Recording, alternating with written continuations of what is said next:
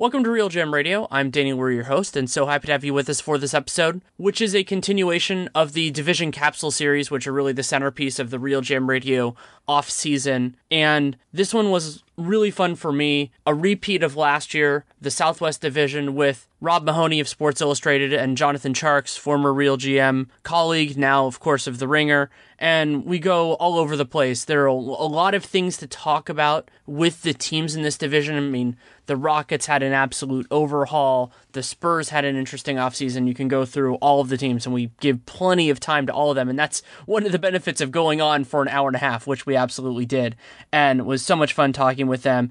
This episode is brought to you by Bombfell, which is a fantastic way for men to get clothes. You can check it out at bombfell.com/realgm. You get $25 off your first order. And also FanDuel. FanDuel is a great way to try a fantasy. I'm not doing year-long fantasy for the first time in my adult life. You can go to FanDuel.com, click the Join Now button, and then Real GM, and so you can tell them you came from us, and you can get entry into a big money contest. You can check that out as well. This one, as I said, it runs about an hour and a half, and it was a joy to do. I really did enjoy it. Thank you guys so much for coming on. Yeah, it's good to be here. Yeah, for sure. I like starting these with a basic question, which is just, in this division, who got better over the offseason and who got worse? Well, I mean, it's hard not to start with the Rockets, obviously. Getting Chris Paul. I mean, it's a pretty big upgrade from Pat. I like Pat Beverly, but it's obviously a really big upgrade there. And then who got worse? I don't know what the Hornets are doing anymore. It's mind-blowing what they're trying. Oh, the Pelicans, yeah, see? That's how far off from them I am. I've forgotten their name. Yeah. I was going to say, the one team that I really don't know how to make heads or tails of in terms of this question is Memphis, just because they've obviously lost some key pieces. They're going to be kind of reshaped without Zach Randolph, without Tony Allen. But the pieces that they brought in, and then also there's just like some kind of ground floor issues where like you can't get less from Chandler Parsons than you did last year. Just the idea that they might have some semblance of a backup point guard might improve them. If Brandon Wright is healthy at all, it might be a boon for them. I really don't know whether they got better or worse. I'm not sure it matters, just because the rest of the conference is I think, taking steps beyond them.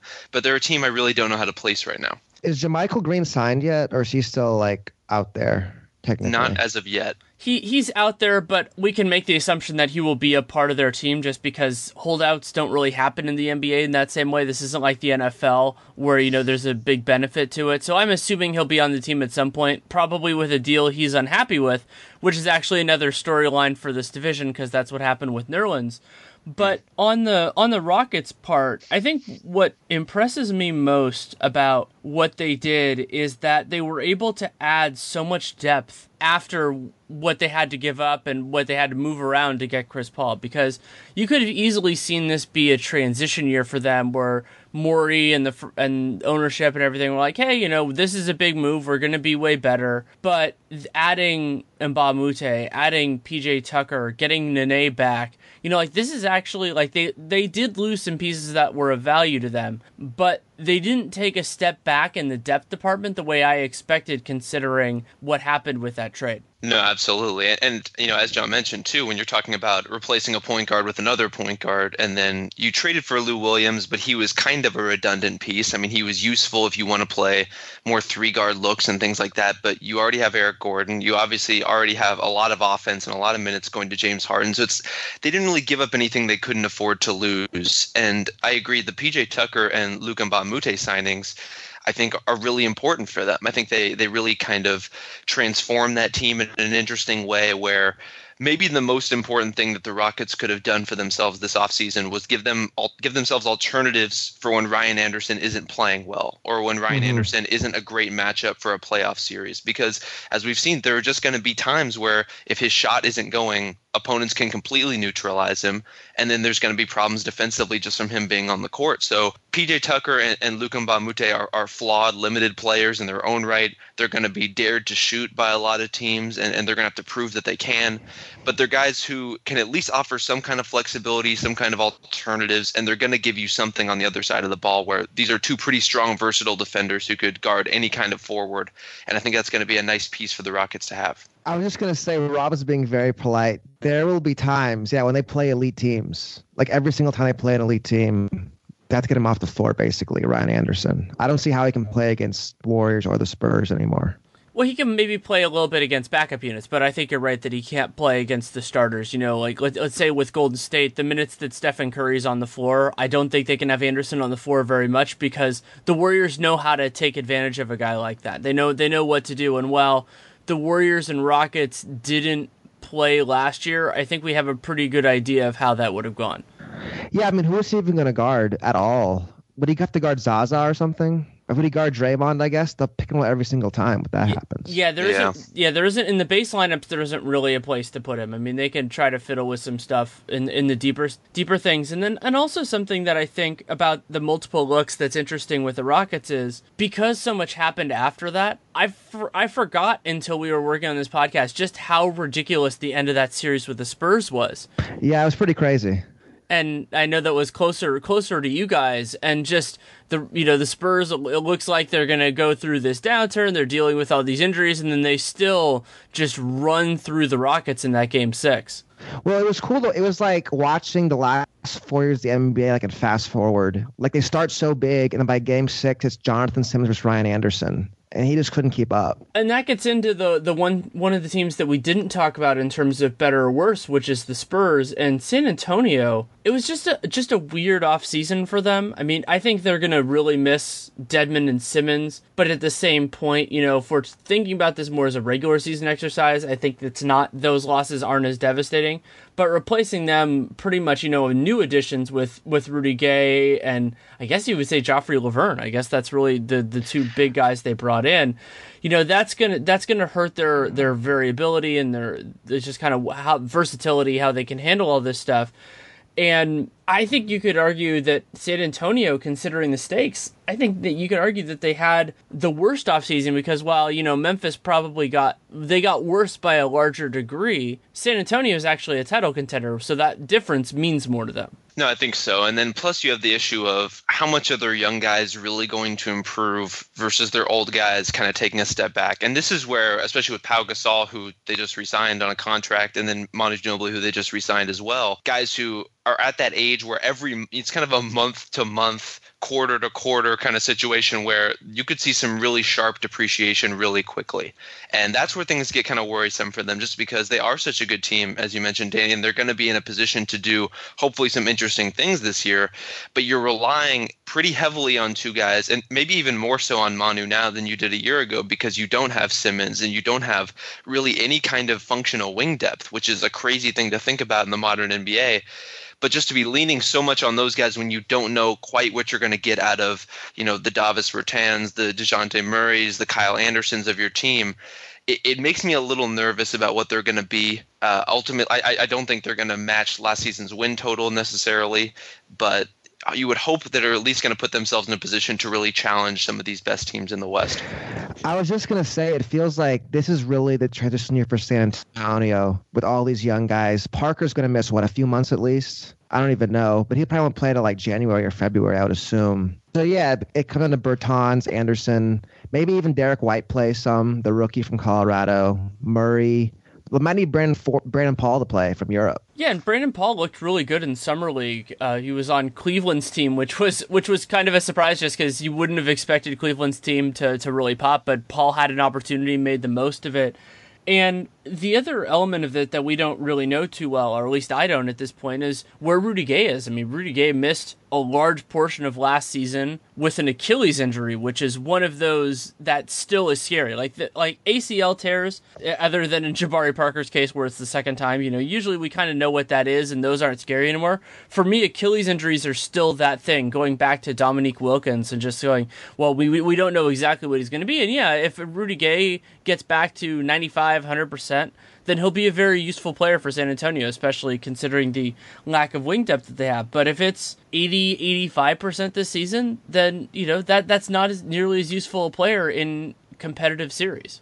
I will say after watching Wesley Matthews in Dallas, if he gets to 80% this year, I'd be impressed. That is a devastating injury, and it takes a long time to get better from. If you can at all. I mean, I think we've seen with Wes, too, where you're talking about year over year over year now, where he's getting a little better, a little more mobile, but you have to brace yourself for the reality that Rudy Gay may never be the same player again. And he's kind of in a better position on the age curve than some other guys who have suffered, Achilles injuries in the past. But I pretty much chalk up the first season as more or less a lost season in terms of him being a helpful NBA player. And so really it's looking forward in terms of what Gay would be able to give you down the line or how much he'll be able to recoup from his career, because I just don't think he's going to be there this year in a way that's going to make any difference for the Spurs, especially when you're talking about him making a difference against the only teams in the West that really matter, like the Rockets and the Warriors.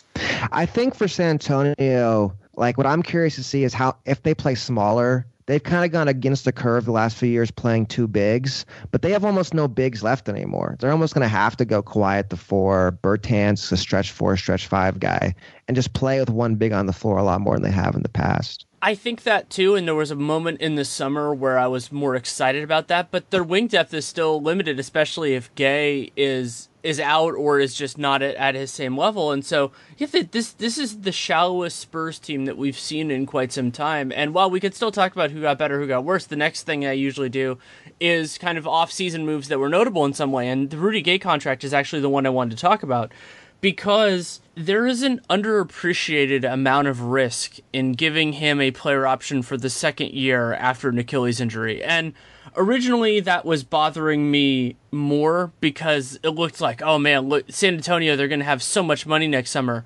Then when they signed Pau Gasol on a deal that I didn't like in terms of the guaranteed money they gave him and everything else, because next year they would have had serious flexibility, it matters a little bit less now. But San Antonio might be closer to locked in to this team as opposed to having the space to add a huge difference maker likely next summer, like I think most of us expected that they were going to be able to do. This is a really strange time for them. And we brought up Tony Parker too, and this feels like kind of a natural inflection point for him, for me, in terms of where his career is. I could see this being the kind of year where he comes back and they bring him off the bench and that just kind of becomes who he is now. I don't know who the Spurs would want as their long-term starter between Murray and Patty Mills. I think there's kind of arguments for either, but I feel like Parker and this being a convenient point to kind of sideline him puts kind of a stamp on where the Spurs are in terms of just the weirdness and kind of this transitory state. I really don't know what to do with a lot of the roster. I really wouldn't know how to proceed in terms of trying to build and add, as you mentioned, Danny, to this group of players, because you've committed so much financially already and you've kind of sopped up some of those cap holes that you might have been able to fill with more talent. They're really in a weird place, and that's something that I don't think we've seen from San Antonio in a really long time, and certainly since they've kind of come of age as a dynasty and as an organization. I think you'll see a lot of Murray at the 2. We're talking about wing depth. I think they're going to have to slide him down and play like Patty Mills, Bryn Forbes until Parker gets back, because that's probably the best way to paper that over, him being like 6'5", 6'6". Well, and Forbes is going to have a place, I think, on this team because Kawhi can do so much more with the ball in his hands now that he used to be able to, is that you need a little bit less creation from the other guy. You still want something. I mean, it's always a good thing if you don't have to sacrifice anything else. But we have so many questions with the Spurs depth guys. Kyle Anderson has been somewhat of a disappointment in his NBA career. He was drafted 30th, so you can't be too crazy about it, but people, including me, thought that he fell too far. And, so now they need guys like him, maybe Derek White, Rudy Gay, if he can be healthy, to actually perform in order to reach their maximum. But then they can try out these guys that are a little bit more limited with Kawhi just because he's so special.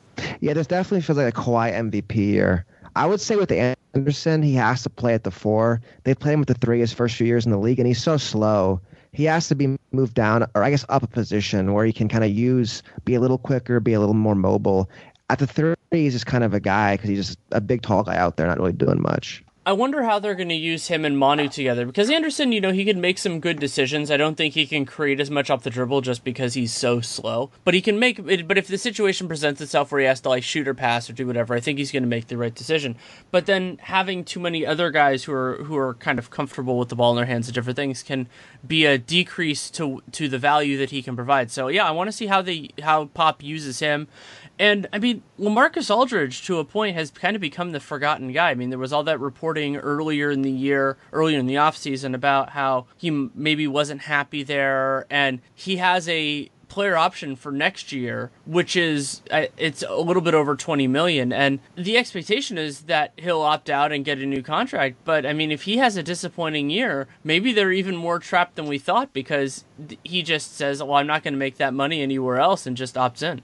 That's kind of a terrifying possibility for them, I think. I'm a little more hopeful of Aldridge kind of bouncing back a little bit. I mean, I think ultimately when we harp on him for his bad games and his bad performances, he's generally at least pretty okay. It's just kind of underwhelming based on what you would expect of a guy of his stature. But he obviously still has a ton of utility for this team, and they're going to need him in a big way.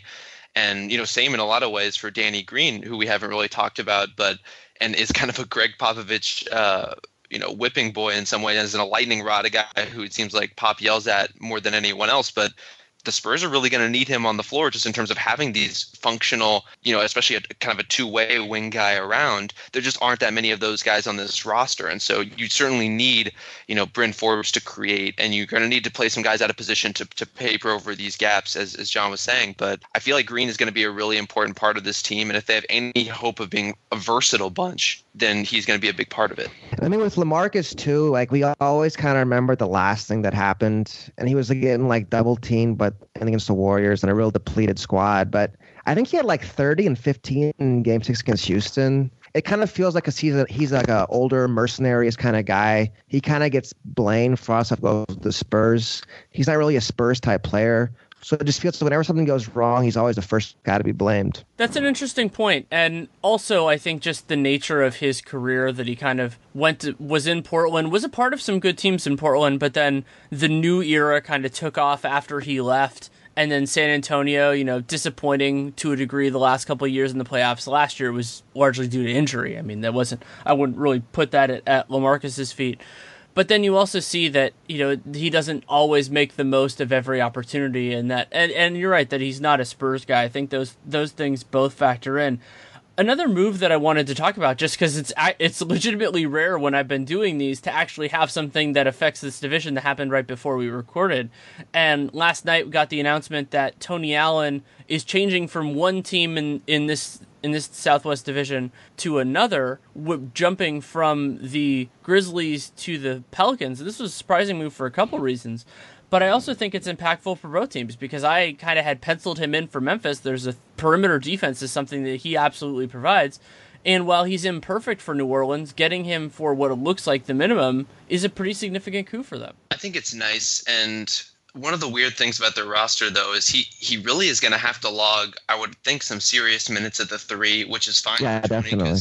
He can guard much bigger guys. We've seen that in the past. We've seen him bother Kevin Durant. We've seen him really hang with guys who have size and weight on him. But if you're going to bring in Rajon Rondo, as they have, that means you're pretty much committing to play Jrue Holiday at least a chunk of his minutes at the two. You already have E'Twaun Moore, who, for all of his faults, I think is a better, more complete option than Tony Allen at this point. So you're really kind of leaning on those three guys as the core of your rotation. I think Allen can kind of come in and supply some minutes, can be a good matchup option, and especially if you're really worried about a particular perimeter opponent, then he's a guy you want out there. And I think he's certainly a guy you want as part of your organization. My worry is that he has a chip on his shoulder perpetually. I mean, that's what Tony Allen is. And he's been kind of cast off by the Grizzlies, a team who he had hoped to retire with, and ended up with the Pelicans on the minimum. And if you're asking him to come in and be kind of more of a spot minutes guy rather than he was in a lot of ways the face of a franchise in Memphis, at least spiritually, I'm a little worried about how he's going to acclimate to that role and just how happy he's going to be in it. Well, he could be starting at three, right? Unless it's him or Darius Miller or playing E'Twaun Moore at three. So, they need him to play a lot, probably. That's what's crazy about New Orleans. It really feels like Chicago last year all over again, where, you want it to work. They have a lot of big names, but it's just, how do they score if they don't have to guard two of the five guys on the starting lineup? My fear is that Gentry's going to take some time to figure this team out. I mean, we still haven't really seen him prove it with the two high usage bigs. And that's hard for any coach. I'm not going to say, Gentry's terrible because he can't make this work.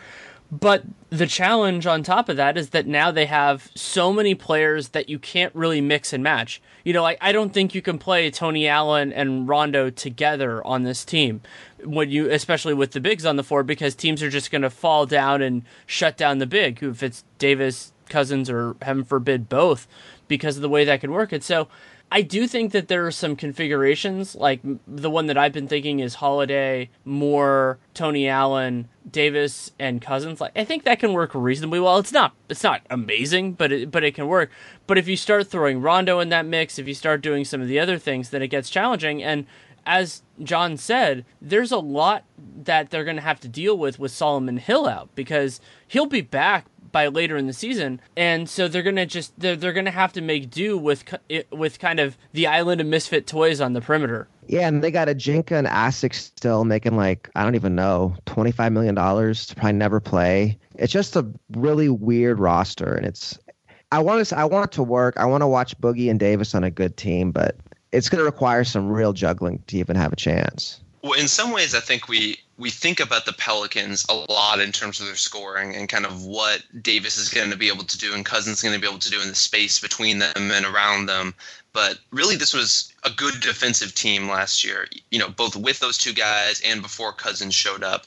And to me, that's kind of the crux of what they do. And so losing Hill is certainly a blow to that. You would hope that bringing Allen in will shore that up even more. But if you're a top 10 defensive team, as they were, if they can even get to 20th in offense, which is a sizable jump from where they were given just how bad this team was offensively last year. I don't know whether that's really enough to punch your ticket to the playoffs in the West. That bubble is going to be really competitive for the 7th and 8th spots, but I think they could be in the mix in a pretty meaningful way. But so do they want to play like Memphis basketball maybe? Just like slow the game to a crawl, try to like win a half-court brute fest? Maybe that's their best chance of winning is winning games like 85. But it's weird because like it's so against Gentry's preferred style of play, right? He wants to speed it up, spread it out, and move the ball.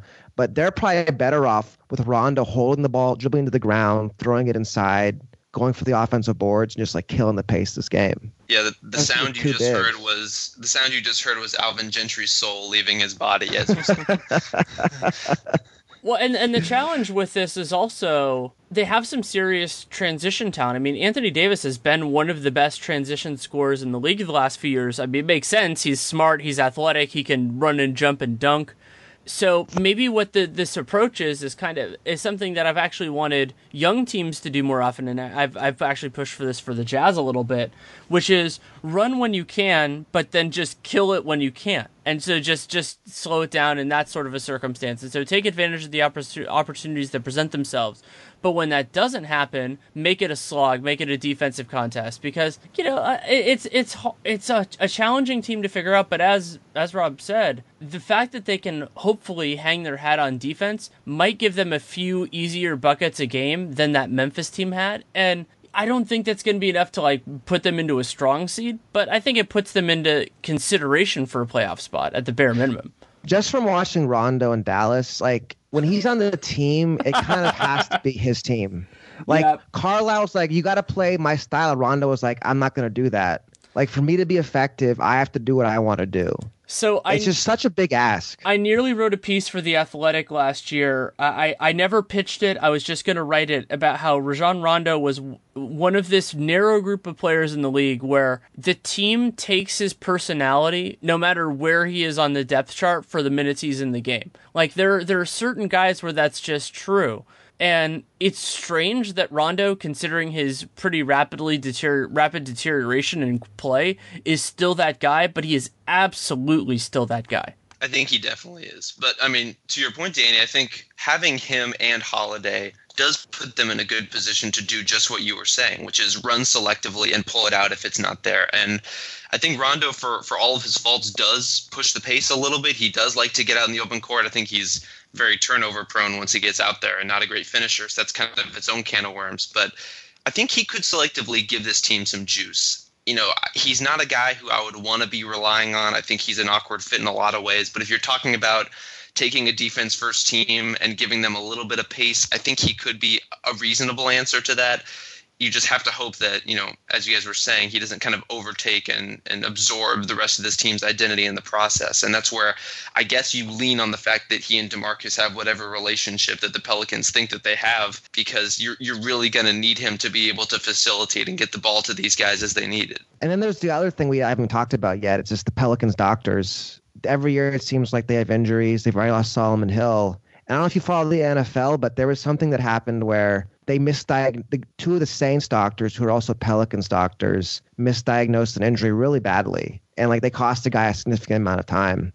And they got an older team with guys who are injury prone. So who knows if they can even stay on the floor. Yeah, I mean, that's definitely going to be a challenge. Before we move on, I want to tell you a little bit about Bombfell, which is an easier way for men to get better clothes, and I can speak to this from personal experience. I was really impressed with the process. So basically the way it works is that you sign up and you give them as much or as little information about kind of what you're looking for and everything else like that as you like, but I think it's a good idea to input more information. And then they match you up one-to-one with a stylist, and it's a really great process because they send you kind of a proposal of what to get, and you can set guidelines in terms of what kind of clothing you want, what sort of price point you want, and then they will find things. They'll send out basically a proposal. You can give feedback at that point, and then you actually get the material, but you only pay for what you actually keep. So then you have another step in the process. So like for me, I got a polo shirt that I really liked. I got a dress shirt that I really liked, but then the pants, I liked the look of them, but the sizing was a little bit off. So I exchanged them for something that fit in better. So it was an incredibly friendly process. I was blown away by it, got pieces that are going to be a part of my wardrobe for a long time to come. I'm guessing you'll see at least one of them, probably both, of the shirts on the Twitter NBA show. And then you can go for all sorts of things. They have accessories, they have all different types of articles of clothing, and you can give them input if there are colors you like, if there are fits you like, if there are cuts you like. You can do all that, or you can leave it more open. I left my first one more open and was impressed by what they put out there. And so you can check it out. You go to bombfell.com/realgm, bombfell.com/realgm, just like the show. And if you go that way, you tell them you came from us, and you get $25 off your first order. And again, a huge benefit of the program is that you only pay for the things that you choose to, that you want to buy, and everything else you can go through it. So it's riskless in many senses, and you get a lot of input in the process, as much input as you like. So you don't have to take my word for it. You can check it out yourself. bombfell.com/realgm. Bombfell, open and close. Are there any other offseason moves that you guys feel like that we need to talk about in terms of these teams? Well, we got to talk about Dennis Smith in Dallas. Yeah, that's true. I feel like he's probably the front runner for Rookie of the Year at the start of the season, just in terms of the role he'll have, the minutes he'll have, the opportunity he'll have. It has been surprising to a point that Rick Carlisle has been so effusive about his praise for Dennis Smith, because I never think of going back to his days even in Indiana. I never think of Carlisle as being that guy.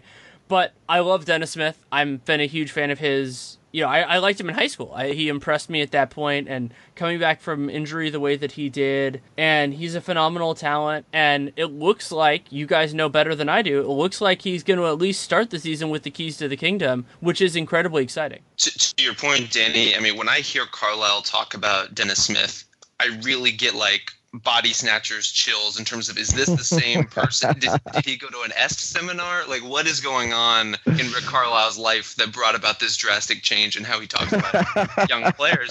But I mean, you have to think that a lot of that is just coming from Smith himself, and you watch him on the floor and you can see a lot of why. I mean, he's an energizing talent, and not just in terms of a guy who could be really fun to watch and could be a guy whose trajectory is interesting to see, but I mean, he could be a pretty transformational piece for them, just in terms of being the kind of player who's been really successful in Dallas. I mean, if you look at what J.J. Barea has done, for example, over the years, and you put a bigger, more athletic player who has a wider range of ability into that kind of role, you can see where things start to open up. And so they're going to be, again, like a lot of teams in this division, in a pretty weird place this year. But Smith, I think, should be a pretty round positive in his first year, and I think Carlisle has given us a taste of that. I mean, I think the biggest thing is just the game's going to be really easy for him because of the space they play in. I remember like the last few years, whenever the Mavs have played the Jazz, like the Jazz have had more talent generally, but just like Utah has to work for all their points so much. It's such a grind. It's such a slog.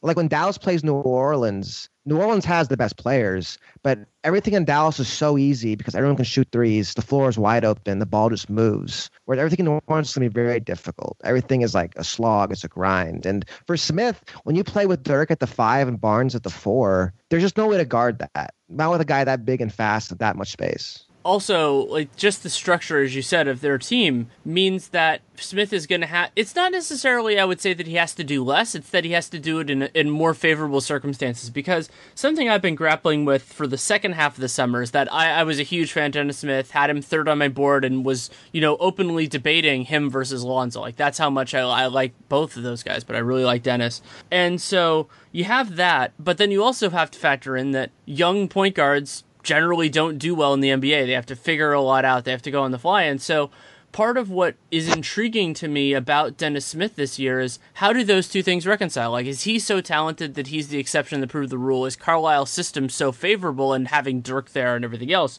so favorable? Or is it going back to the having a teenage point guard or, early 20s point guard that those guys just generally take some time? And so how that works out is also going to probably define whether Dallas is a true playoff contender or not. But, it's always nice to get a new bit of data for that sample. Well, I mean, you look at how well Yogi played in that same system. For me, Smith is going to be on defense. He's going to get destroyed defensively. And so that's going to matter of how much is Carlisle going to care about that. How much will he just lose his mind at some point for a bad rotation and just pull him off the game? Because that's where it's really on defense. And for the Mavs, it's just, is Noel plugged in? Is he happy? What's his role going to be? That's going to be the question, because they really got him to have him playing some great defense to be any kind of contender. I think one thing that makes me hopeful about Smith is just that in Summer League especially, which is always kind of a suspect place to evaluate talent, but one thing that impressed me about his play there was just how poised and controlled he was for a guy who's so fast, who could obviously move past a lot of people on the floor, who could do the thing that all the other summer league guards do, where it's just kind of drive and rack up points and woo over the crowd. And you could do that. He could certainly do that if he wanted to, but there was a lot of kind of start a drive and pull it back out and move the ball around and kind of get into some kind of offense, whatever it is they were running out there. And that makes me a little hopeful that he has some things that other rookies don't, especially for a guy his age, where he's not pushing all the time, and a guy who I think could win over Carlisle consistently over the course of the year. Now, as John said, defense is going to be a problem. It always is a problem for young guards, and especially, if the person evaluating you and setting the standard is Rick Carlisle, that's going to be a pretty harsh standard to meet. But offensively, I think he could be a really nice potential starter for them, or day one starter for them if they want to go that route. And I'm really optimistic about what he could do in that offense. So Rob, at Summer League, Jonathan and I talked about, I made a passing reference to the idea that Dennis Smith is definitely going to be the opening night starter, and I have no problem with that. But the question was, how long is he going to be the starter until Carlisle gets mad and pulls him the first time? Like, what do you have a guess for the first game that he doesn't start? Not due to injury, but due to Carlisle just being mad? You know what? I'm going to trust in Rick Carlisle's new leaf. I'm going to trust in whatever self-help regimen he went through in the last couple months. I think he's going to be, if he starts day one, I think he's going to be the perpetual starter for them. Yeah, it's not starting as much as like just playing Barea and Yogi like 20 minutes one night and him playing like 10. I think is much more likely. Yeah, I guess that probably is more likely, but I don't know. I'm still going to stake my claim. I made the reference in July. I'm going to do it again, that at some point in November, he's just going to get mad, and for one game, he's not going to sit. It won't be as impactful as sitting Nerlens Noel for that game, or actually he sat twice and then he didn't fit the starter criteria, got a lower qualifying offer, and everything that happened with Nerlens this year. But I don't know. I feel like Carlisle can't turn over a new leaf in that way permanently. That's just not the way it is. But we'll go into the next question.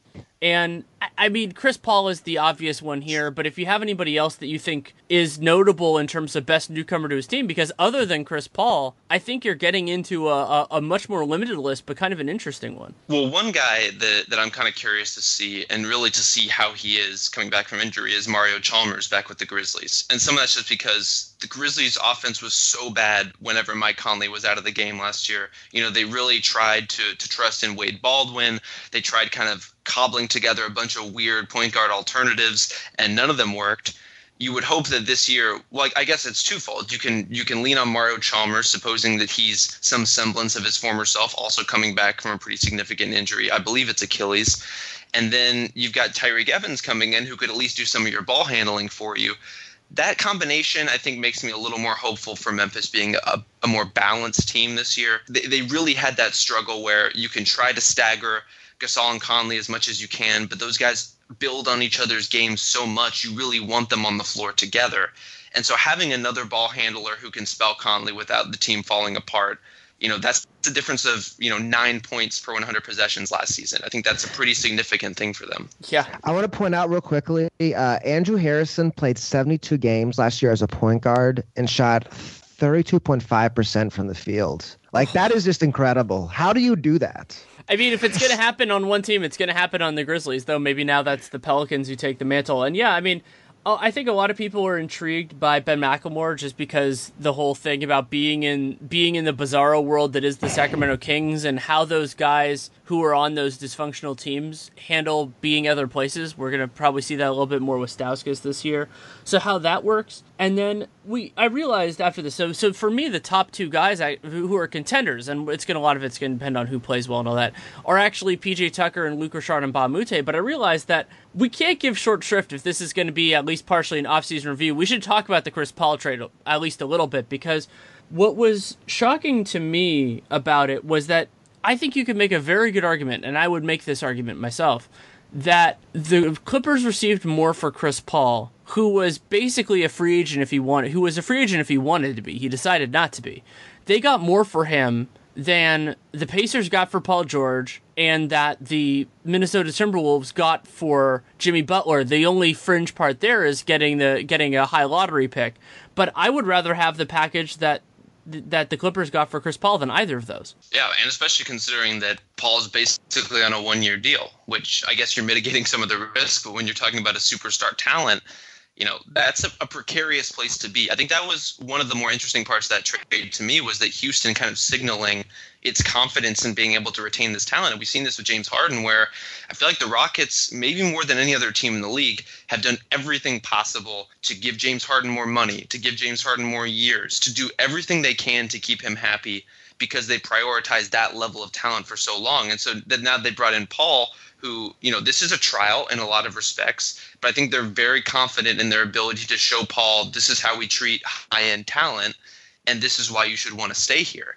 And so that's a really interesting thing for a guy who really isn't committed to them in a meaningful sense, and who they gave up so much, as you said, Danny, to get in the first place, but who makes a lot of sense in terms of the things you're replacing, in terms of the players and the minutes who he's going to be filling. I think, obviously, Chris Paul isn't going to do whatever Sam Dekker did, but you can bring in guys to do that. You can use those open roster spots. You can bring in PJ Tucker and Luc Mbah a Moute and fill whatever minutes and interest you would have gotten out of Sam Dekker. But Paul fills a lot of needs for them. I think some people are getting caught up on, who's controlling the ball, how much, and losing sight of the fact that he and Harden are so good off the ball individually as well. They're going to have to strike some kind of balance, but in terms of a skill and talent perspective, I mean, there's really nothing to dislike about that kind of move. I have one thing I'm curious about. I'm curious y'all's opinion about this. Like, obviously, if you can get Chris Paul, you can get him, and it was kind of out of their hands. But if you're trying to beat Golden State, wouldn't you rather have Paul George with James Harden than Chris Paul? It probably depends on what you would have to give up. And that's a case where Pat Beverly starts to matter a lot, because obviously you want a guard who you can throw at what Golden State's bringing to the table between Steph and Clay. And I think that's one area where Chris is really strong and can shield James from some responsibilities that he doesn't want to have and the Rockets don't want him to have. And then, it also would depend on your capacity to can you also get another wing guy like a Tucker or an Mbah a Moute? Obviously, George eliminates some of the need for that, but I think that the depth issue is still kind of there. But obviously, I mean, I see where you're coming from, given that if you can put Harden and Ariza and Paul George out there together, that's kind of a strong crux of a team for dealing with Golden State and really challenging them. I think that the argument is certainly there. I mean, I think I probably would prefer Paul George in that situation, but there may have been some availability issues or some trade issues. I'm not sure that the Rockets would really have the kinds of pieces without giving up Clint Capella that the Pacers would want. Yeah, that's true. But to me, I look at, like you say, well, Chris Paul can help James Harden. Against most teams, he can. But I feel against Steph and Clay, you just have to have length on those guys. Because if you're smaller than them, they're just going to show over the top of you regardless. I'm not really sure Chris Paul makes them better against Golden State is what I'm saying. When it comes down to it, well, I don't trust him against any of those guys. CP has defended Steph pretty well over the years. There are some weird things in terms of the sample there. I mean, because the last time they played in the playoffs was so long ago, and Paul did a nice job in that series, but the Warriors still got close despite not having Andrew Bogut. And since then, there are the videos like the Vine of Chris Paul like falling over basically twice as Steph dribbled around him and everything like that. But I think he, minute to minute, possession to possession, he does a decent job. But I think of the Chris Paul thing more as a ceiling play offensively, because you run into this issue with James Harden, and Rob did a nice job of kind of laying out what the Rockets have done in terms of catering to Harden. But a team with him is going to have these ebbs and flows because Harden he's not at 11 every second of every game. That's just not the way he is. That's not the way he's ever going to be. And I think what Chris Paul does is he says, okay, even in those moments that James Harden is not on, we're still going to have one of the 3 best offenses in the league. And I could see those guys rubbing each other the wrong way. I could see it absolutely not working. But it's a different kind of bet, that usually a team takes on the personality of their best player. And I think we saw in games 5 and 6 of that series last year that sometimes taking on the personality of James Harden isn't a good thing for the Rockets. So there's a very real chance that this isn't going to work, that this is a caustic mix.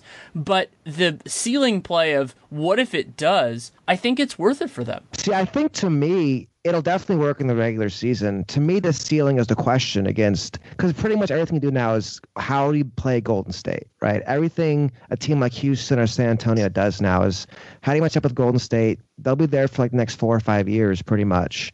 So I guess to me, I wonder, could Chris Paul make someone like Troy Williams better?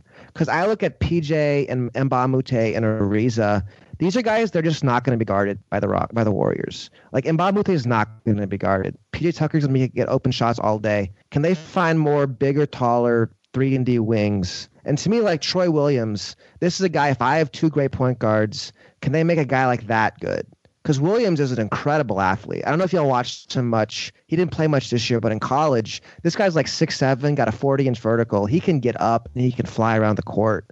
If Chris Paul can make someone like that good, I think that is where it kind of makes more sense. It's like building up lesser valuable younger players. Because I don't really see, as much as Luke and PJ play defense, I don't think they can get them enough offense against Golden State. I mean, I guess it would depend on just how bald that some of these other defenses are being and abandoning those guys, because Luke can shoot in those situations. I think PJ can be a little spottier, but if you're just talking about wide open alone in the corner, that's a shot that I feel totally comfortable with Mbamute taking.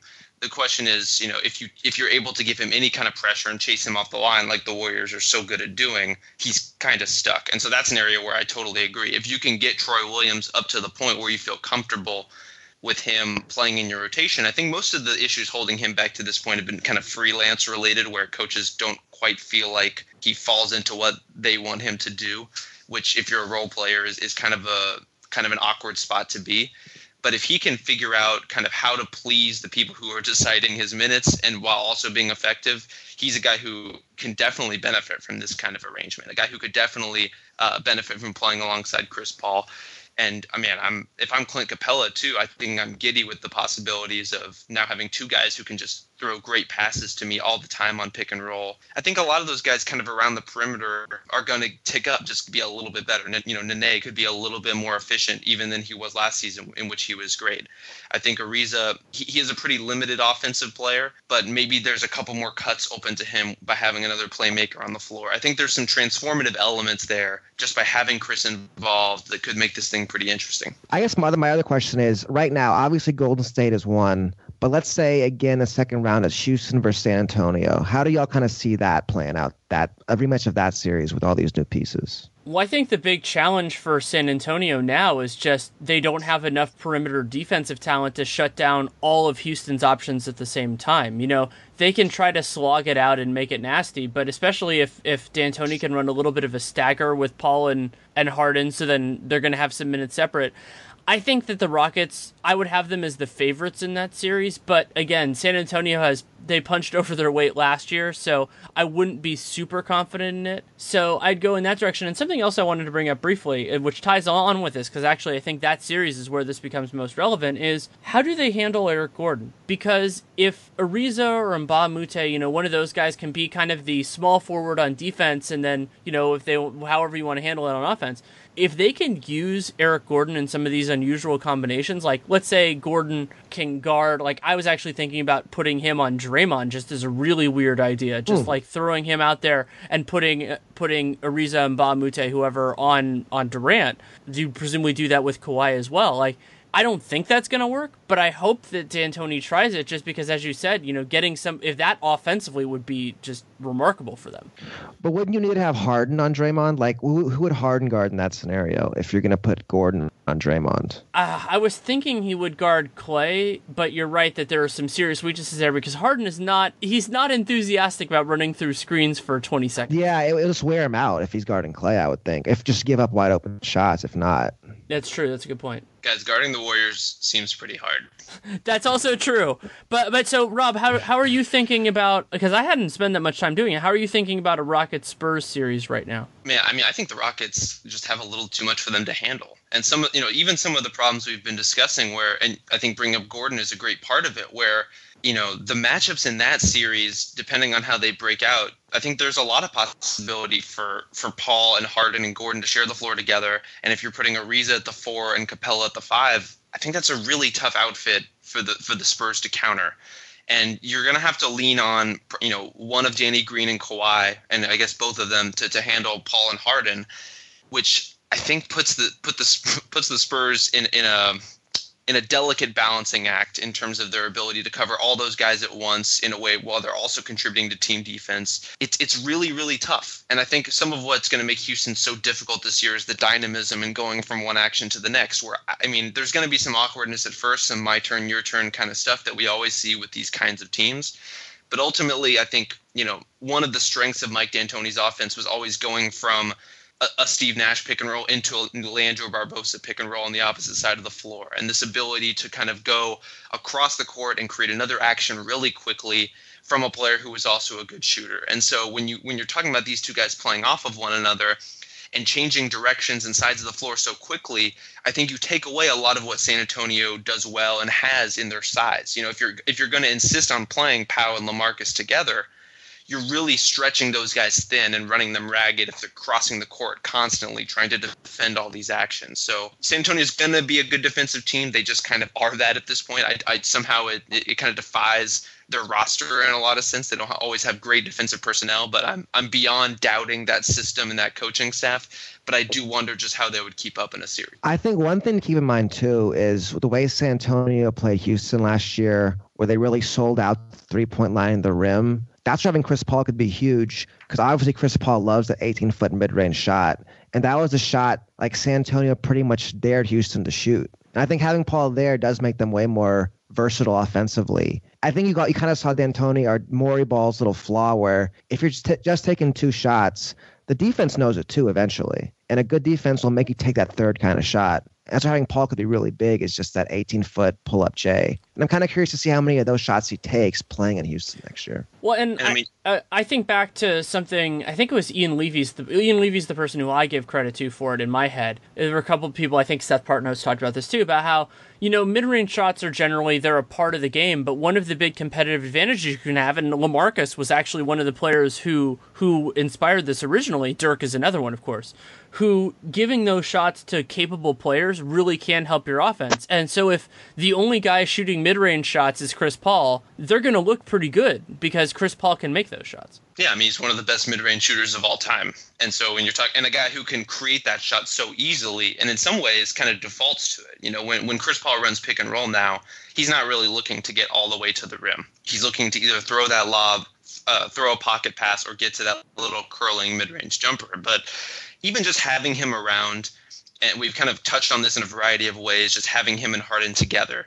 For one, I think it kind of alleviates a lot, some of the pressure and some of the effort that those guys have to put into every possession creating, which I think should help them theoretically, at least in terms of being able to balance out their defense. Paul's a guy who, if you're relying on Chris Paul to be your primary ball handler, a lead scorer like he was in the playoffs with Blake Griffin out, and you're asking him to defend really good players, it's just going to wear him down over the course of a game, and especially over the course of a playoff series. If you have him and Harden able to kind of take some of that off of each other's plate, I think they could both be in a really healthy place. And really what you're hoping to avoid is just that kind of elimination game scenario where James Harden completely no-shows. And if you have Chris Paul there, all of a sudden that's not such a big deal. It's just kind of a down game for James Harden. But when Harden is your only star, that's devastating. I think too, having Paul, like, maybe it kind of forces Harden to play defense. He has the physical tools to be a decent defender, and now he has a guy who can share the responsibility with. And I think maybe in some ways, like in a Golden State series, maybe you challenge Harden. You say, I'm going to put you on Steph, or I'm going to put you on Durant even, and you're going to have to play defense, and just kind of like push him on that, because that's really – and it gives him a lot more options if he's not going to be a defensive minus out there. If he can just hold his own sometimes and just compete every night on defense, it makes him a better team. Something else I was thinking about in terms of a potential Rockets-Spurs series, this doesn't connect as much with your Harden point now, though that is interesting, is that the Rockets now, with the additions they made this summer, they're one of the only teams in the NBA that has a lot of small forward, powerful, like a lot of hot wing-sized guys they can throw at these elite small forwards. So Kawhi, Durant, LeBron, because they have PJ Tucker, Trevor Ariza, and Luc Richard and Mbah a Moute. And that's a huge benefit to them. And San Antonio, they have two elite defenders in their starting five in Danny Green and Kawhi. But Danny Green is, he's more of a 2-1 defender. He can slide onto threes when necessary. And so they can't throw as many looks because they're going to need him to do other things. And at least Houston, especially if Chris Paul can hold his own against Steph Curry and whichever guy San Antonio is kind of putting in that offensive role at the guard position, they don't have to give Harden tough defensive assignments unless they want to against teams other than the Warriors. So I think the Harden will have a place to be against San Antonio because they have so many guys to throw at Kawhi. No, that's a great point. Especially, so much of this in a playoff series just comes down to variety and being able to keep guys off balance, to be able to not let Kawhi or Durant kind of puzzle you out and figure out your coverage. And so even if just the subtle differences between Ariza's defense and Tucker's defense, and what you're able to get against those guys and where you're able to find comfortable spots, if you're posting up Ariza and finding success, you might not be able to do the same thing against Tucker. He's just too big and too strong. And so that flexibility, I think, is really important. And it's one area where when you're talking about building a roster, there's kind of two tempting directions. One is to get a lot of very similar interchangeable players, and one is to get a lot of very different flexible players to give you options. I think the Rockets have kind of struck a nice balance between those two things, where they have guys of a certain type who are going to be useful in those matchups, but they also, in the broader sense, have the capacity to field a ton of different kinds of lineups to address almost any situation. I would say, looking at their roster right now, they got 5 centers. I wonder if that kind of changes over the course of the season. They have a lot of guys who probably can't ever play for them, so we'll see how that goes. They got Clint Nene, and they have 3 young guys. And they have Tarek Black, and they also have these 2 young guys, Joe Chi. Maybe he can play, I don't know, and then Onuaku from Louisville. But I think what they're going to do in that sense is those are regular season guys. That'll balance it out. They do have the risk when you have that many of your 15 roster spots, and Chi can probably play some at the 4, so he can help them a little bit there. But they're going to run a narrow rotation in the playoffs. D'Antoni always does. So the risk there is that you just have too much committed to one position in terms of if a wing gets hurt. But, I think that's just a risk that they're going to have to deal with because other than apparently Tony Allen, there just weren't that many perimeter guys available for the minimum that would have really helped them. Another big picture thing with the Rockets that makes me kind of hopeful for their chances is that, all of these super teams that have come together, they all have kind of their own origin stories. They'll have their own kind of impetuses for bringing the players together.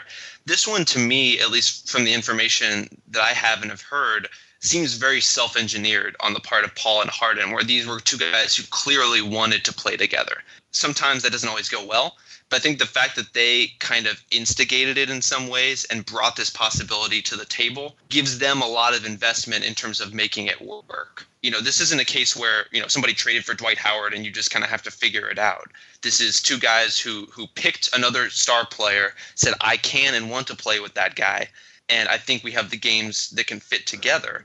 And so just that kind of agency in the situation, I think, gives them a lot of reason to make this thing really work. I guess the other thing we have to talk about at some point is this Carmelo thing. Do we think that's really a possibility? It's a possibility. I don't really see how a trade works with these partners because it looks like the Knicks are being smart and saying we don't want Ryan Anderson because he doesn't really make any sense for them.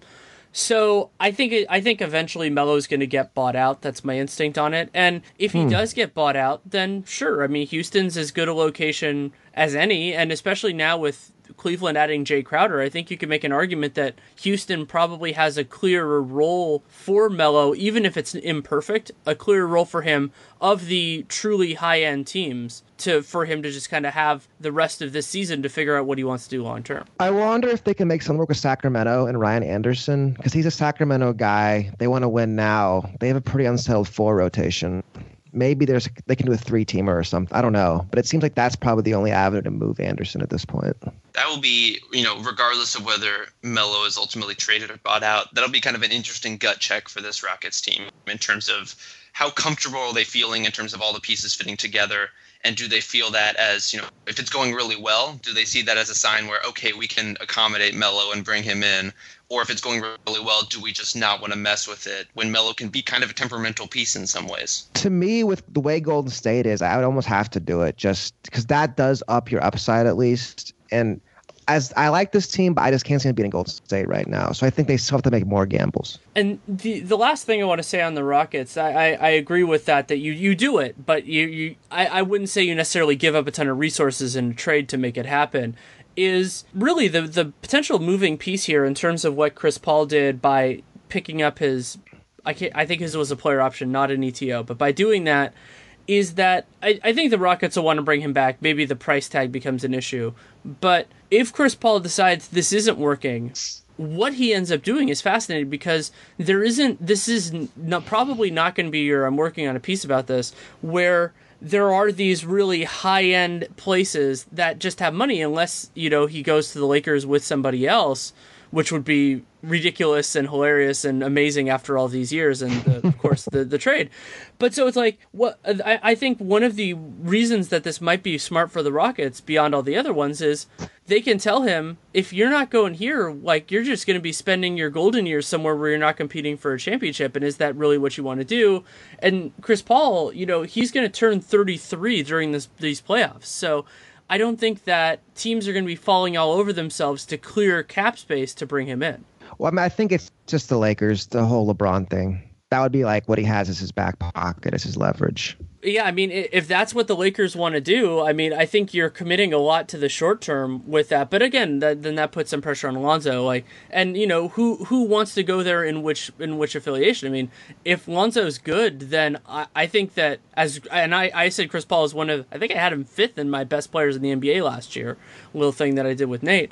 But, how does he fit with a guy like that? And I guess we're going to get a good test of that with him. We saw it a little bit with Blake, but James Harden will give us a better calibrator for if it would really work with LeBron at this stage in Chris Paul's career. Well, I mean, not to get too sidetracked, but I've always kind of liked Lonzo as a 2 with their point guard. Because he can shoot it. I mean, hopefully he can shoot. Who knows? But he's a bigger guy. He's not super fast to guard 1, so play him off the ball as a 2 as a ball mover. And it's not really what the Lakers want to do. It's what LeBron wants to do. Because if LeBron's going to LA, it's his team. He dictates terms. He tells them who's being traded, who's being signed. And obviously, Chris Paul and LeBron are tied for forever. Yeah, that element to me is bigger than the money, where I don't really see Houston drawing any kind of hard financial line that would push Chris out of town after doing this, other than if this year is just a complete disaster. And so really, to me, the things that would entice Chris would have to be kind of extracurricular. It would have to be something where, if LeBron calls, you take that call. And that would be a hell of a team to see one way or another. But I really don't see Houston being in that kind of position where that would be the hang up for them. Now, are they going to pay for that 4 years down the line when Chris is at the end of a max or a near max deal? I mean, that's going to get really expensive between him and Harden really quickly. But that's kind of what they bought themselves into, I think, with this trade. And I guess we should point out, too, that they have a new owner. And ownership is obviously on all these teams is a huge part of it. And this guy, Tim Ferdinand, I don't want to say his name, but he just spent $2.5 billion to this team. I'm sure he wants to win right now, would be my guess. My guess is the checkbook is open in Houston. That's true, and they don't have that many other options. So it's not like they could say, oh, we're going to throw that money at somebody else. And I mean, Morey he usually keeps flexibility enough, and at that point, Anderson will be a year later. But I think that's a really good point. Let's move on. Unless you have something, Rob, on that you want to mention, you can kind of jump to the next question. Do that. Can we agree that by acclamation, the next question I always do is rookie you're most excited to see? That it's just Dennis Smith. Is there anybody else that's even considered? No. Yeah, I think things like, especially in this division, I'm just looking right now. No one really jumps out to me. I'll throw out as a guy who might help New Orleans is Frank Jackson from Duke. When he gets back. Can shoot. Yeah, he can shoot. What's wrong with him? I don't even remember. He has a broken foot again, I think. Oh, geez. But he can shoot threes, and they need guys who can shoot threes. So he might help them, but obviously Dennis Smith is the guy hitting that one. Yeah, and I'm excited to see, it's not even necessarily a rookie, but which young guy in Memphis kind of takes on, because they're going to need a young guy, like a young big to step up. It might be Rab. It could be. And then who does that? And I like Dylan Brooks too. So like we could see if that ends up working out. But let's move on to the season preview part. And I like to do this just in terms of ranking the teams 1 to 5. It's generally, you can use regular season record, like how you think that's going to fall out. But if you want to use something else, just tell us what you want to use. To me, they're kind of one and the same. I think Houston is the best team in the division. I think they're probably the better playoff team than San Antonio, but San Antonio is a clear number 2, and that's where there's kind of a chasm after those two for me. 3 and 4 are very close for me between Memphis and New Orleans. I like Memphis a little bit better just because the Grizzlies will always improbably win like 5 games that they shouldn't win. So to me, they're a little bit of a safer playoff bet. I know how their pieces work together a little bit better than I know how New Orleans works together. And I think Dallas is in that place at the bottom where they're really not that far from New Orleans in the grand scheme of things. And I think they're going to be competitive on a lot of nights and with a lot of teams. But I don't think they're really the list of bubble teams is too long at this point for them to kind of force their way in. I think to me with Memphis, it's just Chandler Parsons. Like if he could like ever become the player he was in Dallas, they're a pretty interesting team. If he can't, it's just hard to see how they're going to be. It's just hard to see it if he doesn't play well. If he can't be anything resembling who he was. They have too much committed in him, too much invested in him. For him, he was arguably like one of the worst players. I mean, he definitely was one of the worst players in the league last year. And he's making like $25 million a year or something. I mean, I think for me, Houston, I think with Chris Paul, they're going to maximize the regular season. I see them as like a 58, 60-win team possibly. I wonder about them in the playoffs. I wonder about their supporting cast. I feel like they're all pretty limited after Harden and Paul on one side of the ball or the other. So I worry about them in a later round playoff series. And I would say for me, it goes Houston, San Antonio, 1 and 2, pretty interchangeable. Memphis at 3. In New Orleans, I wanted to like them, but there's such a narrow window of them to be good. There's so many like potential pitfalls to their rotation that they could fall into that it cost them games. Plus their health situation. I could see New Orleans and Dallas at 4 and 5 being very, very close, despite having Davis, who should be amazing this year, obviously. So I'll put it in groups. I'll say 1 and 2 are Houston, San Antonio. 3 is Memphis, if they're healthy, if Parsons can play. If he can't play, I can see 3, 4, and 5 being pretty close together. I'm pretty close with you guys.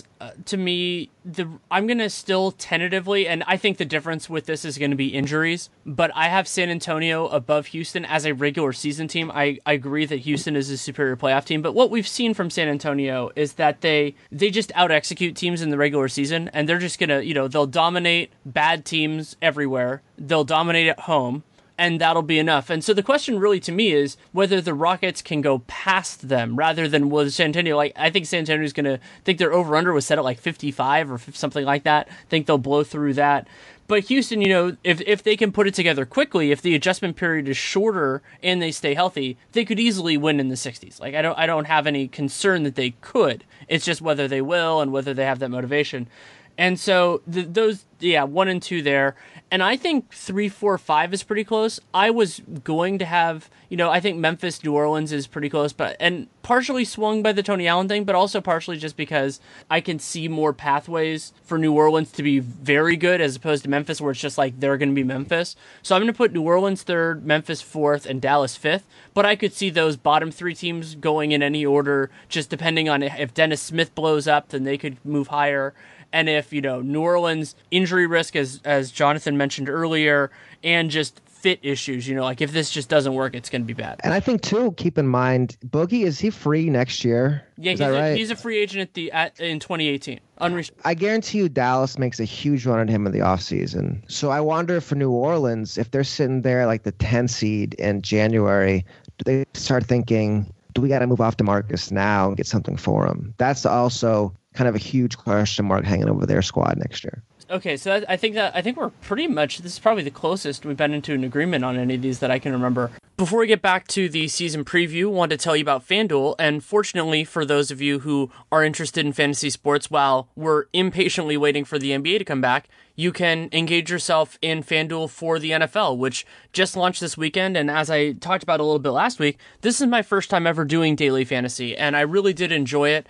The stress level is meaningfully less because you don't have to worry about those long-term injuries. Like I was thinking about all the people who have David Johnson in year-long fantasy leagues and everything like that. I did pretty well. I was in one of the bigger FanDuel contests, and I think I got like 70th, 80th percentile. So not enough to cash or anything like that, but still really fun. And by opening up the whole universe, you don't have to worry about, oh man, I wanted to get that guy, but I never had the number one pick. You just have to sacrifice more in terms of salary because they give each player a salary every single time. So what you can do is you go to FanDuel.com, you click the Join Now button, and then you use the promo code REALGM, and that'll tell them, A, that you came from us, but it will also give you a free contest entry, and you can play for a share of $10,000, which is awesome. I was doing some of the smaller stuff to kind of build myself up to the bigger things, but it's really fun. And then if you want to put money behind it, you absolutely can. There are a lot of different ways that you can do that. And another great thing about FanDuel that I appreciated this weekend is that it's really flexible. So if you want to just do the games of a certain time period, or just want to do prime time, and you want more engagement on those, you can absolutely make that happen. And so it's not just the whole slog or whatever. You can make it work for you. If you want it to be narrow, if you want it to be broad, you can make it work for you. So again, FanDuel.com, and then you join now, and then you put the promo code REALGM, tells them you came from us, and you get an entry into a contest, play for a share of $10,000. So check it out. I really enjoyed this weekend. I'm going to keep doing it all year. So move on with another interesting question. How many teams from this division make the playoffs? I think it's two. I think it's just Houston and San Antonio, because really with the other three, what you're talking about is among, kind of in that class of teams that could or maybe couldn't make the playoffs depending on health or new fits or a variety of other factors. You're talking about maybe the Clippers, the Nuggets, the Jazz, and the Blazers. And two of those teams would have to not make the playoffs for any of these teams to get in. And I don't know that I really would bet on that, considering that Memphis is really, one bad Marc Gasol injury away or Mike Conley injury away from just completely going in the tank. New Orleans has so many questions surrounding it, in addition to the medical staff issues that we've talked about. And I don't know that I'm really ready to put Dallas into that group just yet as a team that's really kind of pushing for that 8th spot. I just have too much faith in some of these other, kind of fringe playoff teams in the West to really give the Southwest too much credit. I mean, I definitely like Denver getting in this year. Getting Millsap should be huge for them. When is Blake coming back? Do we know about that? We don't. Yeah. Well, I mean, that's kind of one of the challenges with this is just, I think that you could see all three of the teams in the Southwest on the periphery. So then, but on the periphery means some very different things. So I would say like 3 is certainly possible, but I wouldn't say that any of those teams are like at the front of the line to get those last couple playoff spots. It's more like if teams fall back, if they're better than expected, and that's a weird place to be. And then also consider that the Pacific Division right now only has one locked-in playoff team. I mean, you have the Lakers, the Kings, and the Suns that are all probably out. So if this division's probably getting 2, the Pacific Division's getting 1, and then the Clippers I would say the Clippers are on the fringe, but probably ahead of the bottom 3 teams in this division. Then you start to think about, maybe all 5 teams from the Northwest do get in. I kind of like Memphis. I just feel like with Conley and Gasol, and they know who they are, they know how to play together, even with the additions they made with the continuity. And if it comes down to the end of the season, I do trust Memphis to figure out a way to make it work. There's so many teams like Utah that has to play in tight spaces. There's a bunch of new players. And same with New Orleans. I feel like Memphis, if they can stay healthy, which is always a question for them, but they just, with those two guys, are such smart players, they'll scratch and claw out of like 43 wins somehow. Yeah, that's certainly possible, and we'll have to see where it bears out. And when you have 3 teams, I think that there's always a decent chance that one of them is just way better than we thought. And in that case, then I mean they have more options than, like as I said, with the Pacific, it's really just the Clippers unless the Lakers really impress. So yeah, I mean there aren't that many teams in this mix, so I guess there's a decent shot. But yeah, I would say 2 is definitely the most likely, and it's weird to have 2 of the 3 best teams two of the three best teams in the conference, but also two of the five best teams probably in the entire league, and then really no other clear-cut playoff teams in the entire division. So the last question that I like to do with this, and this can be at any level, it's not just becoming superstars, because that doesn't happen that much. But so, players from this division that you think can and will break out. I'll throw out there Bertans. I really liked his game last year. I feel like there's a lot of minutes for him in San Antonio. He's such a smooth shooter. I feel like when he shoots, it's going to go in most of the time. It just feels like it. He was sort of, he's deceptively athletic. He can get up and dunk on people. He can move in space a little bit. I could see him having a big year in San Antonio. I feel like there's a lot of opportunities for some of these young guys to step up.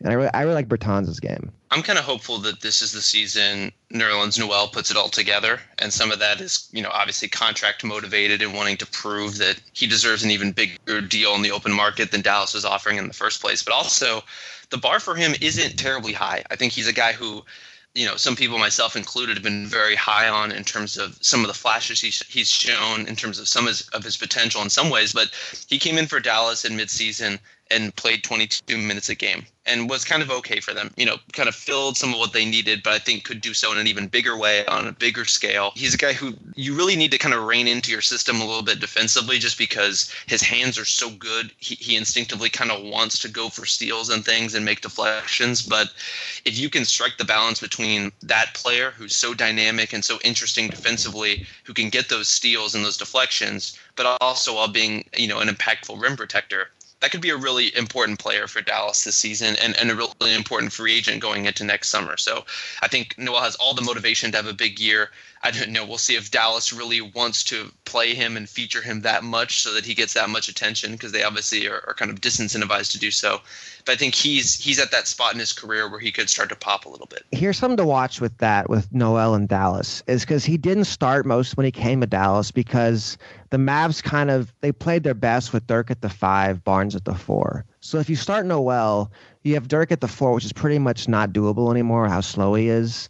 And you have Barnes at the 3 and Wesley Matthews at the 2. And those guys are both significantly better players moving down a position, playing at the 3 and the 4. And so then it's like a tricky balance to strike because the Mavs probably it makes the most sense to bring Dirk off the bench, but the Mavs don't like doing that because Dirk tends to get stiff after warm-ups if he sits on the bench again. So they give him like 4 or 5 minute stretches of pulling him out. They don't want him sitting too long. They don't want him playing too long. So I would just expect at the start of the season, they'll play all these guys together. They'll play Nerlens, Dirk, Barnes, Matthews, Dennis Smith. And I'm not sure that lineup can work. So who becomes the guy who comes off the floor in that if they have to bring Seth Curry in the starting lineup? I could easily see, especially now that the Mavs have no financial commitment to Nerlens, I could see them asking to come back off the bench again. And how that would play with him in a contract year, I'm not sure. But that's something to watch in Dallas. With a team that's going to be that good is how that 4-5 situation works. Well, and along that line, the defensive line can be a little bit fluid, and Nerlens is good enough at switching and defending pick and rolls and stuff that maybe nominally, he's the 5 offensively for sure. But maybe defensively, you have to put Dirk on some of the slower guys, and you just let Nerlens run around and do whatever he can. And that might be his way to stay in that starting lineup because he wants to. Because one of the defining parts of this season for me with Dallas is how many minutes do Nerlens and Dirk play together? Because we've seen Dirk get limited centers paid before. I mean, Dwight Powell is a good example of this. There are numerous guys. If you're a role guy playing center with Dirk, you're just going to get wide open looks because the power forward can't help. And Dirk's going to have that respect until he retires. That's just what happens when you're an amazing 7-foot jump shooter. So I want to see how all that works. And you're right. Like I think at this point it's either Nerlens or Wes Matthews that are the most likely guys there. And Wes has a player option of his own that they're going to have to deal with next year. But yeah, it very well could be Nerlens, and that would be very bad news for him because then he's playing with less cohesive talent for him, especially if the guy who's coming in is Seth Curry, who would be another guy to be useful for Nerlens to play with. I think too, it's with Dirk and Nerlens, and then it's having Barnes and West, the 2 and the 3, and those guys, they're just not very good at those positions anymore, speed wise. It's just gonna be interesting to see how that plays out. So I want to mention 2 different guys. One is that if Dennis Smith is as good as we think he's going to be, then he's going to break out in terms of more casual fans. Like we know how good he can be and all of that. And but he went to a largely unsuccessful college. NC State was pretty much a disaster when he was there, and a lot of casual fans don't follow high school and all that kind of stuff. So that's going to be exciting to see if he's Rookie of the Year, which I think he's the most likely pick for that right now.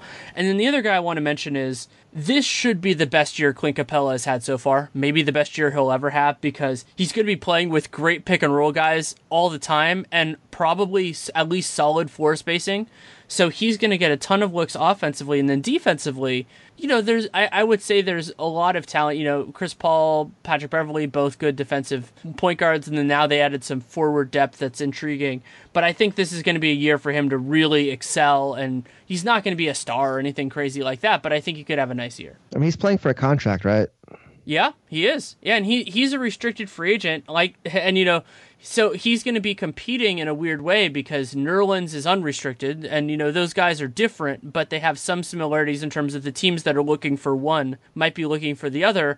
And the Rockets are kind of sitting there freaking out because if we've seen the center market dry up a lot of these guys, but it only takes one team to fall in love with them to make the whole rest of that team more expensive for the next 3, 4, or 5 years. I'm curious, would you rather have Clint or Nerlens? Just like no contracts, just give me a player right now for my team. I think I would rather have Clint, and some of that is I think it's rare to find guys who screen and who run and who rebound as hard as he does without any demands on an offense, without any real needs in terms of kind of your team ecosystem. I think he just fills that role so perfectly, and his hands have improved to the point where I think he's a really nice finisher to have. And just to have that combined with the effort, combined with the size and athleticism, I really like Nerlens' game, but I think he's still in the stage where he needs to kind of show that he can do it over bigger minutes, that he can do it for a competitive team. I think there's just kind of a higher burden of proof for Nerlens, for me personally, than there is for Clint. And the other huge factor is health. Nerlens has not stayed as healthy as Capella has. So if you're looking for a support player, having them stay healthy is actually really important because you're not putting as much strain on everybody else in your rotation. That's something that Nerlens is going to have to, hopefully the Dallas medical staff can really help him with that. But we talked about his value as a free agent. If he only plays in like 50 games this year, then that's going to be something else that kneecaps his value. One thing also I was surprised watching Nerlens every night is he's actually a pretty good passer. I guess Clint is too on those short rolls. He can make the play. Yeah, there's actually a parallel with Nurkic here. So it's when you put them in a more open system and you ask them to make pretty basic decisions, they can do a really nice job of it. It's when when things get clogged up and they get better defenders on them and everything else that they struggle. And I think what we're learning is maybe these new offense-heavy lineups are going to actually help some of these fives offensively. I wonder if that's going to come back to bite the Mavs a little bit with Nerlens as well, in terms of it seems like to me that they have a very clear idea of what they want out of their centers, and that doesn't necessarily involve making a lot of passes, making a lot of decisions. It's kind of more of a minimized role. And if that's something that Nerlens feels like he wants to be doing on a regular basis, and I think he's shown that he can. I think he can do a little bit of elbow playmaking as well and can kind of find guys. But if that's not what Dallas is asking him to do and wanting him to do, maybe he starts to look elsewhere for those reasons as well. Mm-hmm. I really do think Dallas is going to make a run at DeMarcus. They signed his younger brother to play for their D League, and it's a classic Mavs. Let's go for a star, whatever. 100%. That's my guess as to why they weren't super worried about paying Nerlens. They think they can get DeMarcus in the offseason. Whether they actually can, who knows? But they're always a very confident bunch when it comes to free agents. Well, and I mean, if that's really the consideration, we don't know exactly who's going to be in the bidding for Cousins, but Dallas can make some arguments that New Orleans can, especially if New Orleans underperforms this year, because they can say, hey, look, we have these young guys, we have this upside, and with New Orleans, they're pretty much locked into their team. So it's a risk. I mean, it would be interesting. Totally fits Cuban's MO. I absolutely could see it there. And that would actually be a really fun team, especially if they're kind of going a little bit more avant-garde with everyone else. If their long-term plan is to play Harrison Barnes at the 4 and DeMarcus at the 5, that would be really fun, especially if they can get, another decent draft pick and maybe get a wing there. They could make something that could work. And I like that because with Barnes at the 4, you have such a rebounding thing. And the Mavs last year, I think they were the worst rebounding team in the league. With Barnes at the 4, Dirk at the 5, there's just no way. So having a guy like Cousins who can get every rebound makes it a lot easier to have a small lineup around him. Oh, that'd be so much fun. So anything else that you guys, we've been thinking about these 5 teams, talking about them now for a little while. Anything else that you feel like needs to be a part of this story, a part of this podcast? I think New Orleans is going to be fascinating. Just the other thing too with them, like with ownership, I know Tom Benson's. It's unclear how much of a role he has anymore, and just what happens there is going to be one of the big questions. Because eventually, if this doesn't work out, they got to start thinking about Davis long term, and even this market long term. Can they sustain a second pro sports franchise? It's unclear they can. So that is kind of like. And then with Davis there, it just feels like that's going to be a huge story in the NBA this next year, maybe next 2 years, especially if the Cousins thing does not work out. Because if Cousins doesn't work out, what does Davis start to think about this franchise? Yeah. I mean, if the Cousins thing doesn't go as planned, that's the kind of move that completely changes the infrastructure of a team, I would imagine. You're talking about front office changes, you're talking about coaching changes, you're talking about basically a complete reset in a mad effort to try to convince Davis that no, we can do things differently than we have for the last X years, because I think the track record to this point has not given him a lot of reason for confidence. And I think ownership too. From what I understand, David Stern was really hard. He wanted to keep them in New Orleans. He wanted to make sure ownership stayed in New Orleans. But if Silver's there, if the Benson family sells, like that's a lot of money to be made selling this team. If they sell this team, then it's like, where would they go? So then maybe you can sell Davis on going to Seattle or who knows. To me, there's just so many questions about New Orleans. They'll be one of the most fascinating teams to watch this season. And the idea, I hadn't really thought about relocation for them, even though their market hasn't really supported it. And also a big factor in why Stern did that was Katrina. It was the timing of everything like that they didn't want to take the team out. And New Orleans is a wonderful city, like for the NBA and a lot of other reasons, like hosting the All-Star game there and everything else. But the problem with relocation in terms of Davis is that takes time. And if, it's hard to sell them on that when Davis could be a free agent in 2020. And you're right that, because of the money they've committed to Drew Holiday, the money they've, Anthony Davis is obviously getting paid, Solomon Hill, maybe they could stretch or trade Omar Ashik after the season. But basically if Cousins leaves, they can't really replace him. Then you have this ticking clock. And this would also be the next big test of the designated veteran thing, because is Davis willing to forego a ton of money and committed ahead of time to stay there in this flawed situation? And we don't know. Like we don't know exactly how that's going to work out, but yeah, I mean that especially if Cousins leaves, that becomes just this massive NBA story and the arms race, because Davis would be just the best player to hit the trade market in a long time. I mean, the free agent market has had some really special guys with LeBron and Durant and everything else, but the trade market, as great as we've seen some guys get moved, Davis is a completely different animal. Let me throw something out there. I was just thinking about, if Davis was available, what if like Philly would just like unloaded their chest, said Ben Simmons and every draft pick we have, right? They have a bunch of draft picks still. You could have Davis and Embiid playing together. I don't know. I was just thinking about that. Something fun. Who knows where he would go, but it'd be really fun to watch that, obviously.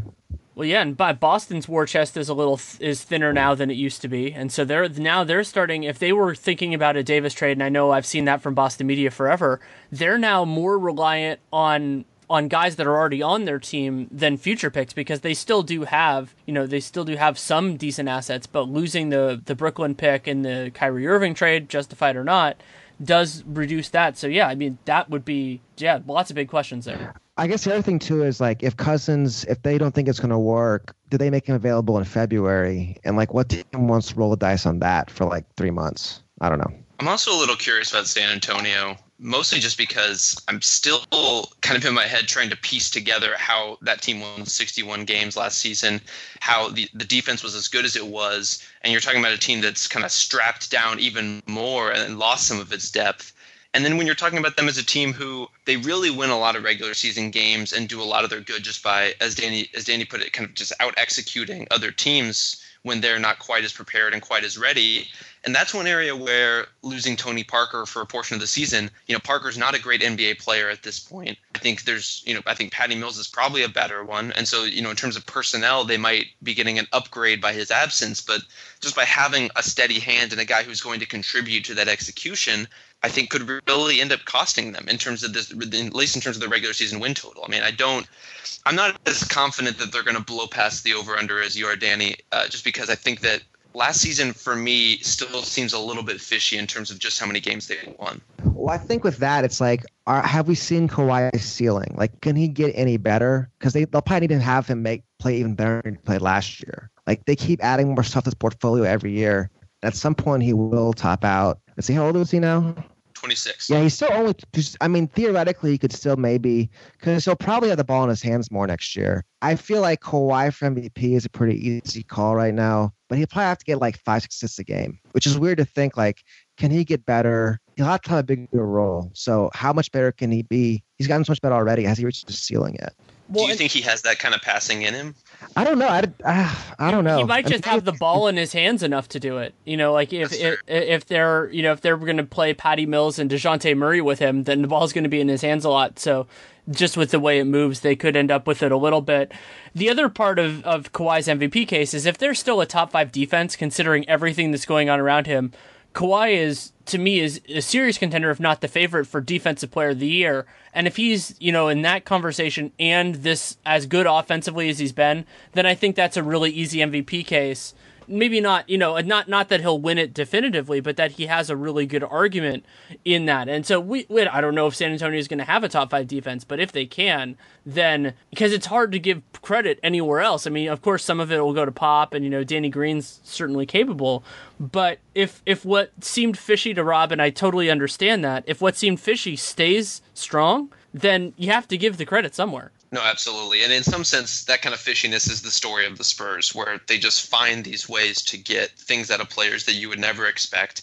And even in this case, to get things out of their superstar that you wouldn't expect, where I guess I shouldn't write off the possibility that Kawhi would jump in assists, or that he could score even more than he did last year in a career year, that, he could trend upward in some meaningful way. It seems to me like he's getting close to his ceiling. But the Spurs just have that way of kicking things up to a degree and to a level that you would never predict of them. I think, too, with the way Pop uses his roster, they tend to use all 15 guys. Like, I really want to see these young guys in San Antonio. Like, I think that'll make some interesting to watch this season, is they have so many – they were a really old team last year. And this year, they're going to have to play a lot more young guys. And we'll see, like, Brandon Paul – interesting to watch that. Like, they're kind of gambling as we can find more Jonathan Simmons very easily. We can bring a Brandon Paul in from Europe, plug him into that same role, and get 15 minutes a night out of that guy. Can they do that? Are those guys more replaceable than we realize? That's something to watch, too. One of the things that's so exciting about this division is there's something worth keeping an eye on every single team. San Antonio, all these question marks. Houston, huge turnover. Memphis, huge turnover. New Orleans, maybe this is the only year of it. Otherwise, it's the first real off season and getting to see all of these guys together with planning and all of that. And then Dallas, I mean, if Dennis Smith is what we think he is, and maybe, part of the last ride for Dirk, I'm excited to watch all of these teams regularly this year. I mean, it helps that there's just no real stinkers in the bunch. I mean, they're all relevant to some extent, and as you mentioned, Danny, they all are kind of defining themselves in some way. And so that kind of clarifying season, even though, maybe only 2 of them end up making the playoffs, these are going to be teams to track and teams to watch. I guess, too, if we're talking about defining themselves, there's always a chance Memphis falls off. And if Memphis falls off, they start thinking about blowing the whole thing up. And that's something else to keep in mind, too. Well, and something I've been wondering about is just what does blowing it up entail? Because at that point, we're dealing with, in their 30s, Gasol and Conley still making a ton of money. I don't see any team throwing themselves on those contracts saying, as good as those players are, saying, we want the rest of that. Yeah, I mean, Memphis's cap situation it's so bad. Oh. It's unbelievable, really. I think they have 80 million bucks and 3 guys in 4 years or something. Just it's about at that level. And as good as Conley and Gasol were last year, and they played, I think it was 100. I can't remember the exact number, but it was high last year for the 2 of them combined because they didn't miss much time. And, if that gets worse for them, and I could understand them wanting to be on competitive teams, and then, would that maybe be an avenue for San Antonio, for either one of those guys, just kind of to roll with it, to say, hey, we're not going to be the team that the avant-garde team that I've always wanted them to be. They're going to be themselves, and those guys are both kind of lean-in players for San Antonio that would fit in pretty seamlessly. Those are very Spurs players. So, the numbers are, so in 2020, they've got 4 guys under contract, Conley, Parsons, Gasol, and Wade Baldwin, at $83 million. Long story short, they better have Chandler Parsons playing good basketball next year. Good luck with that. I think we've covered this well, and I'm thrilled that you guys took the time. So thank you guys so much for coming on. Yeah, no problem. Had fun doing it. No, it's been a treat. I mean, to be frank, I think this division is a lot more rich and interesting even than I realized going in. Yeah, I'm really looking forward to it. This is going to be a fun year. Thanks again to Jonathan and Rob for taking the time to come on. You can read Jonathan Tjarks at The Ringer, and you can also follow him on Twitter at Jonathan Tjarks, JonathanTjarks. You can also read Rob Mahoney at Sports Illustrated, does a lot of great work, and you can follow him on Twitter at Rob Mahoney, RobMahoney. And I look forward to doing this one for a while. We've been talking about it, and it was better to do it in September than to do it beforehand, and it was good to wait, also because of the Tony Allen thing. I mean, it was rare to actually get to talk about something so current in it. And I considered it a bonus episode, but you can check out the Real Jam Radio that came out with Eric Benish, who is the senior producer of NBA 2K18, game which will be released very soon. I'm excited about that. And you can check that out. It's, of course, in the Real Jam Radio feed and everything else like that. And be back with more. Still have the Pacific Division left to do. But what looks like it's going to come ahead of that is the over-unders with Arturo Galletti. We had to push that back due to Hurricane Irma, but we are going to do it in the near term. And since I had already announced that one, I feel like I can give you an update on when it's going to happen. And people have asked me because I know there are many who enjoy those episodes like I do. And so my instinct is that will be the next 2 weeks of this, and then I'll catch up on the Pacific Division before the season gets going, and still have to figure out exactly who it's going to be with the guests, but I have some good ideas, so we'll work with it from that point. And yeah, it's been a lot of fun. I've actually been keeping an eye on Eurobasket, which is going on as I record this, watching the end of Serbia versus Italy, and so then the semis will be in the next couple days in the final. I don't think I'm going to do anything for Real Jam Radio about it, but, maybe if there's enough interest, I'll consider it. And, yeah, a lot going on, waiting for the season to really get going. Hopefully going to start doing more CBA Encyclopedia work now that I'm fully back from my vacation, getting back to my normal workload. That is the expectation in the very near term. And my work for The Athletic, and presumably I'm working on a piece that I'm guessing will end up at the Sporting News, but you'll see that on my Twitter feed and everything else. If you have any feedback on the show, good, bad, or indifferent, DannyLerouxNBA@gmail.com, at Danny Leroux on Twitter. You can also, it's better to use email because it stays permanent and because Twitter can be very ephemeral in that sense, and it provides for more substantive input, which is very important to me, as many of you know. And I don't promise to respond, but I do promise to read it. It's the absolute least I can do, and I do appreciate everything. If you want to support the show, you can leave a rating, leave a review in the podcast player of your choosing. You can subscribe. You can download every episode. You can spread the word of mouth, either actual word of mouth or through the internet. All of those are very appreciated. There are people, you make the assumption that people know about this podcast. They don't always. It's just not the way it works. And you can also support me by pre-ordering my book, 100 Things Warriors Fans Should Know and Do Before They Die. It is a very Warrior-centric book. That's the way it works, but it is me writing, so if you want to check it out, I'm probably going to put something out in the process of figuring out how to handle signed copies for people who don't live in the area. I'm in the process of working that out, so keep an eye out. And, of course, the best way you can support this show and any other ones who have them is by checking out our sponsors. For this episode, that is Bombfell, BOMBFELL. Great way to check out clothes. I got, as I said in the read, 2 shirts that I love and a set of pants that I really enjoy as well. And if you go to bombfell.com/realgm, you get $25 off your first order. So not only do you get to check it out, but you get a discount. And then FanDuel, FanDuel.com, join now button, RealGM. You get entry in a big money contest. I think it's $10,000. And you get to check it out. I've been doing it I've been doing it for the last week. I'm going to set up my lineup before the game on Thursday. And yeah, it's an absolute blast. And I'm looking forward to the season. We're about a month away at this point. But once the preseason starts, there's a lot more to talk about and a lot more to discuss. So looking forward to that, of course, as well. So thank you so much for listening. Take care and make it a great day.